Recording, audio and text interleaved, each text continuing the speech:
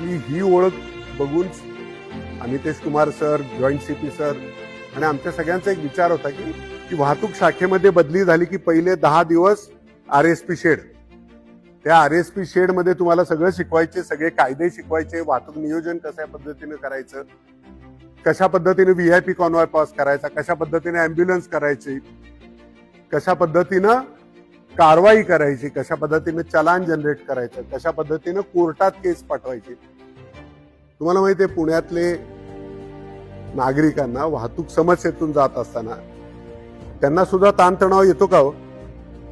येतो, हे मान्य आहे तुम्हाला त्यांना ताण.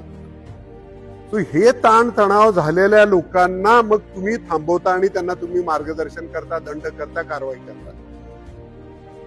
तर आधीच तणावग्रस्त आहे आणि त्याला तुम्ही अजून तणाव देता आणि त्याला अजून तणाव दिला की काय होतं, मग तिथे वाद होतात ना.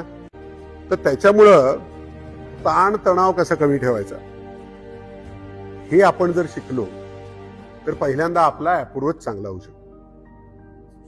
उलट्या दिशेनं ट्रिपल सीट येणारा माणूस आणि एखादा माणूस चुकून सिग्नल ऑरेंज झाला आणि पुढे येऊन थांबला आणि सॉरी सर मी मागं जातो असं म्हणून म्हणला, यात कुणाला कारवाई करायला पाहिजे?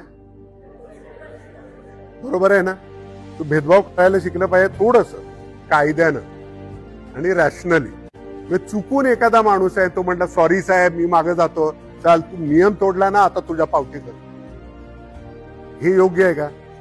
तुम्ही त्याला म्हटलं ठीक आहे बाबा पुढच्या वेळेला काळजी घेत राहा, असं एवढ्या गडबडीत नाही करायचं, ऑरेंज आला की पटकन पळायचं नाही, ऑरेंज म्हणजे थांबायचं असतं, पुढच्या वेळेला काळजी घे. पुढच्या वेळी काळजी घेशील का?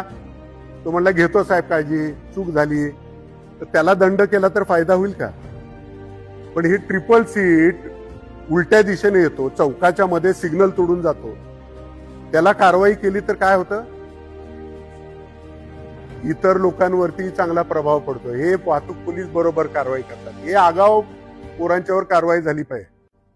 आपल्या खराडेनं ते बुलेटच्या संदर्भात एक व्हिडिओ केला, लोकांना खूप आवडला. बघितलं ना कसे बुलेटचे काय सायलेन्सर करून त्यातनं आग बाहेर उठताना गाड्या दिसतात. तर अशी गाडी जर पकडली जाताना तर लोक टाळ्या वाजवतात, जरी खऱ्या टाळ्याने वाजवले ते मनातून म्हणतात बरोबर केला असेल, आणि हे आशीर्वाद असतात. तर याच्यामुळं हे ट्रेनिंग खरं तर तुम्हाला आपण देतोय. पुन्हा एकदा हा उत्स्फूर्त प्रतिसादाबद्दल आभारी आहे. शुभेच्छा तुम्हाला.